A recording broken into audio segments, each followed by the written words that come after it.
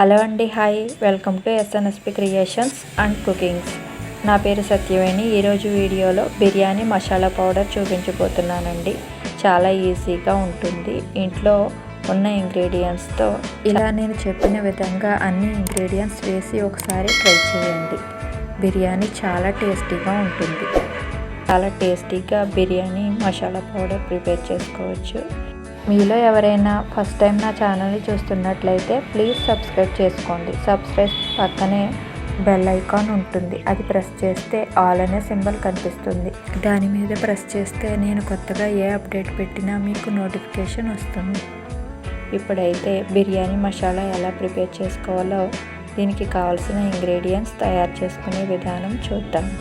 Stove flame on చేసి తిక్కుగా ఉన్న ప్యాన్ పెట్టుకోండి. ఇందులోకి 2 నల్ల యాలకులు, 2 ఇంచుల దాల్చిన చెక్కలు 2 వేసుకోండి. ఇందులోకి 3 పలావ్ పువ్వులు వేసుకోండి. 2 ఇంచుల దాల్చిన చెక్క వేసుకోండి. 10 యాలకులు వేసుకోండి. 2 జాపత్రి వేసుకోండి.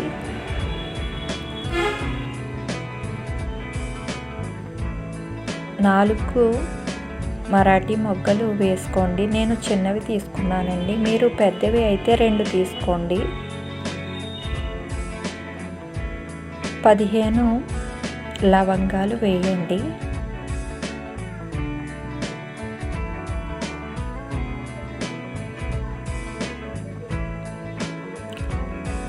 జాజికాయ చిన్న ముక్క వేసుకోండి. 1/2 చెక్క వేసుకుంటే సరిపోతుంది. 1 స్పూన్ మిరియాలు వేయండి. వేసి ఇవి లో ఫ్లేమ్లో అటు ఇటు వేయించండి. 2 మినిట్స్ ఇవి ఫ్రై అయిన తర్వాత మంచి అరోమా వస్తుంది. ఇలా వేయించుకున్న తర్వాత ఇందులోకి కొంచెం స్టోన్ ఫ్లవర్ అంటారు కదండి, రాతి పువ్వు, అది కొంచెం వేసి వేయించండి. ఇవి కొంచెం ఫ్రై అయిన తర్వాత 1/2 కప్పు ధనియాలు వేసుకోండి. ఇందులో 1 స్పూన్ జీలకర్ర, 1 స్పూన్ షాజీరా వేయండి. 1 స్పూన్ సోంపు వేసి ఇవి బాగా ఫ్రై చేయండి. ఇవి కొంచెం వేగిన తరువాత 2 పలావ్ పువ్వు ఆకులు ముక్కలుగా కట్ చేసి వేయండి. వేసి ఇవి 5 మినిట్స్ పాటు లో ఫ్లేమ్లో వేయించండి. ఇవి మాడిపోకుండా చూసుకోండి, అస్సలు మాడకూడదండి.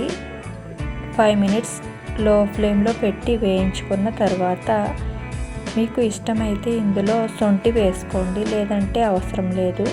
ఇవన్నీ కూడా చూసారా, ఈ విధంగా ఫ్రై చేయండి. ఇలా 5 మినిట్స్ లో ఫ్లేమ్లో వేయించండి. ఎక్కువగా వేయించొద్దు, వేయిస్తే మాడిపోతాయి. ఇప్పుడు స్టవ్ ఫ్లేమ్ ఆఫ్ చేసి చల్లారనివ్వండి. ఇప్పుడు ఒక మిక్సీ జార్ తీసుకొని ఎండలో కాసేపు పెట్టుకుని ఉంచుకోండి. మసాలా దినుసులు చల్లారిన తర్వాత మిక్సీ జార్లో వేసుకుని కోర్స్గా బ్లెండ్ చేసుకోండి.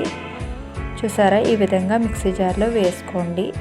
ఇలా ఎండలో పెట్టడం వల్ల ఎక్కువ కాలం వరకు నిల్వ ఉంటుంది మసాలా పౌడర్. ఇలా గ్రైండ్ చేసుకోవాలి. ఇది కొంచెం బరకగా గ్రైండ్ చేసుకోండి, బాగా మెత్తగా కాకుండా. చూసారా, అంతేనండి, చాలా టేస్టీగా ఉంటుంది. బిర్యానీ మసాలా పౌడర్ రెడీ అయిపోయింది. నేను చెప్పిన విధంగా అన్ని ఇంగ్రీడియంట్స్ వేసి ఇలా ఒకసారి మీరు కూడా ట్రై చేయండి. చాలా టేస్ట్ వస్తుంది.